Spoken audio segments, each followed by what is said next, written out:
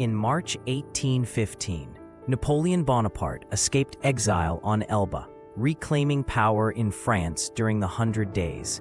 By June, he mobilized 72,000 troops, aiming to crush the Seventh Coalition before they united. His strategy relied on speed and surprise, targeting the British, Dutch, and Prussian armies in Belgium.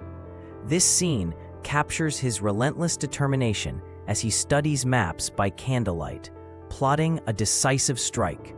The Imperial Guard, his elite force, stands ready, a symbol of his unshaken ambition to restore the French Empire. Facing Napoleon's advance, the Duke of Wellington and Field Marshal Blücher coordinated a defensive strategy. Wellington positioned 68,000 troops along the ridge of Mont Saint-Jean, exploiting the terrain to neutralize French cavalry. Blücher's Prussians, though battered at Ligny, regrouped and vowed to reinforce Wellington. This alliance was fragile but crucial.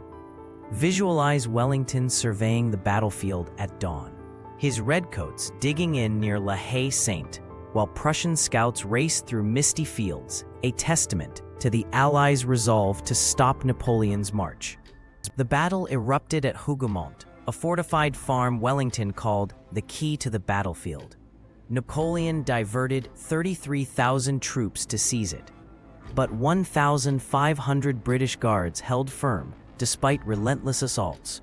Meanwhile, French forces overran La Haye Sainte, threatening Wellington's center.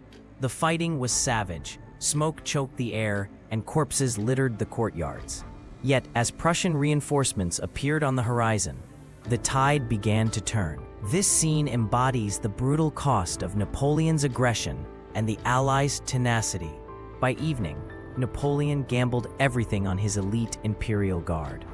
Advancing in tight squares, they charged Wellington's lines, only to meet withering artillery and musket fire.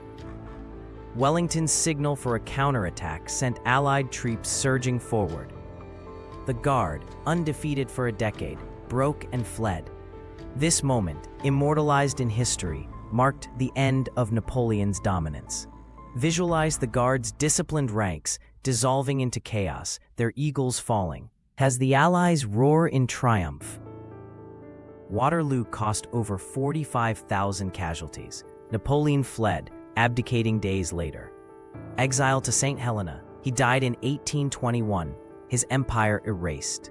The battle reshaped Europe, ushering in the Pax Britannica, a century of relative peace under British influence. This closing scene shows the human toll: abandoned cannons, weeping soldiers, and a lone Egan standard in the mud.